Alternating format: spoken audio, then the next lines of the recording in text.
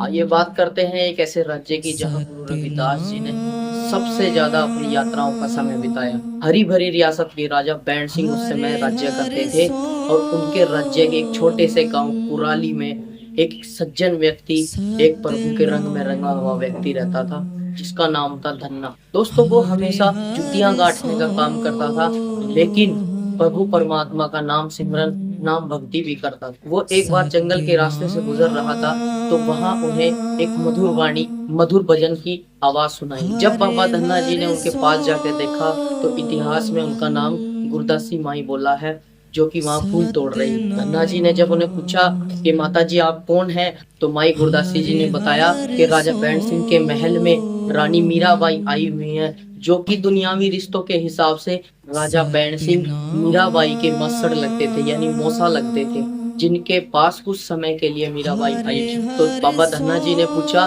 कि माई मुझे ऐसी रानी, ऐसी प्रभु की रूह, ऐसी परमात्मा की रूह से मिलन करवाओ, मैं भी थोड़ा ज्ञान दान लेना चाहता हूँ, सत्संग सुनना चाहता हूँ, उनके बोल वचन सुनना चाहता हूँ। माई गुरदासी ने बाबा धन्ना जी को कहा कि मैं मीराबाई को आपके बारे में बताऊंगी, जैसा ही आदेश होगा मैं आपको बता दूं। मीराबाई को माई गुरदासी ने बाबा धन्ना जी के बारे में बताया और मीराबाई कहने लगे कि ऐसे सज्जन व्यक्ति से मैं भी मिलना चाहूंगी, लेकिन बाबा धन्ना जी एक छोटी जात बिरादरी से संबंध रखते थे, तो इसलिए मीराबाई थोड़ा सोच विचार करने लगी। दोस्तों, मीराबाई ने कहा कि जाओ और बाबा धन्ना जी को कहो कि मैं महल के पीछे बागान में उनसे मिलूंगी, वहीं सत्संग फरमाएंगे, वहीं वार्ता करेंगे।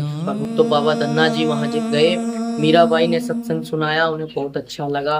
तो बाबा धन्ना जी रोज वहां चले जाते, मीराबाई से पूछने लगे कि आप जो बानियां मुझे सुनाते हो, आप जो भजन कीर्तन मुझे सुनाते हो, ये किसकी हैं? तो मीराबाई उनको बताती है कि ये बानियां मेरे गुरु, मेरे रहबर, मेरे सच्चे सतगुरु रविदास महाराज की है। तो बाबा धन्ना जी मीराबाई से कहने लगे कि मुझे भी उनके दर्शन करने हैं, नाम दान पाना है, मैं भी उनके दर्शन पाना चाहता हूँ। तो मीराबाई ने बताया कि जाओ, सतगुरु रविदास महाराज काशी नगरी में रहते हैं। तो बाबा धन्ना जी के मन में सतगुरु रविदास महाराज के दर्शन की प्यास लगी और बाबा धन्ना जी इस तरफ घूमने लगे कि जैसे कोई प्यासा पंछी पानी की तलाश में घूमता। तो धन्ना और देवा दोनों 2 महीने यात्रा करने के बाद सतगुरु रविदास महाराज के दरबार में पहुंचे।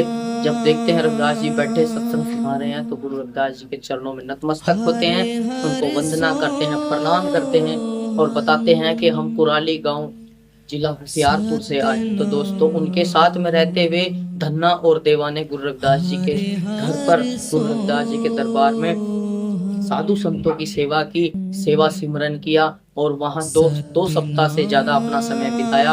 और जैसे ही धन्ना और देवा अपने घर को वापसी की तैयारी करने लगे, तो सतगुरु रविदास महाराज के शरण में बैठ के, उनके चरणों में बैठ के अरदास बेनती करते हैं कि गुरुदेव, आप हमारे गांव कुराली, जिला होशियारपुर में भी जरूर आना और संगत को दर्शन देना।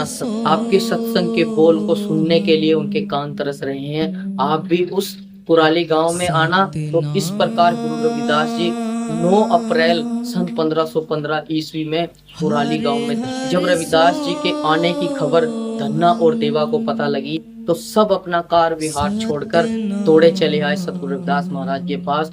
उनको अपने स्थान पर लाए, जलपान कराया और सत्संग के लिए एक स्थान प्रदान कराया। और दोस्तों, सतगुरु रविदास महाराज वहां बैठकर सत्संग सुनाने लगे और संगतें जो हैं वो दूर दूर से जुड़ने लगी, संगत दूर दूर से आने लगी। गुरु रविदास जी की विख्याति जंगल में आग की तरह पूरे राज्य में फैलने लगी। चारों तरफ